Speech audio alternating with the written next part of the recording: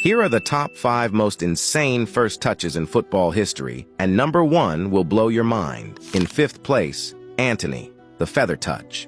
The ball comes toward him like a rocket, but he controls it as if it were a soft pillow falling from the sky. It doesn't even bounce, just settles gently at his feet, as if it surrendered. In 4th place, Pedri, the master of the air. The ball drops behind him. Any other player would panic, but Pedri turns, reads its path in the air, and brings it down smoothly, as if he's whispering to it. In 3rd place, Burak Yilmaz, pure magic. With a defender tight on him and the ball arriving Basurat, Yilmaz plays as if time slows down. He flicks it over his head with the outside of his foot, an unbelievable touch of elegance. In 2nd place, Cristiano Ronaldo, the frozen control. A long ball comes from the goalkeeper, and Ronaldo stops it as if someone pressed pause. Before you can even process it, he's already scored. In 1st place, Dimitar Berbatov, the touch of inspiration. A pass fires toward him like a bullet, but Berbatov doesn't just control the ball,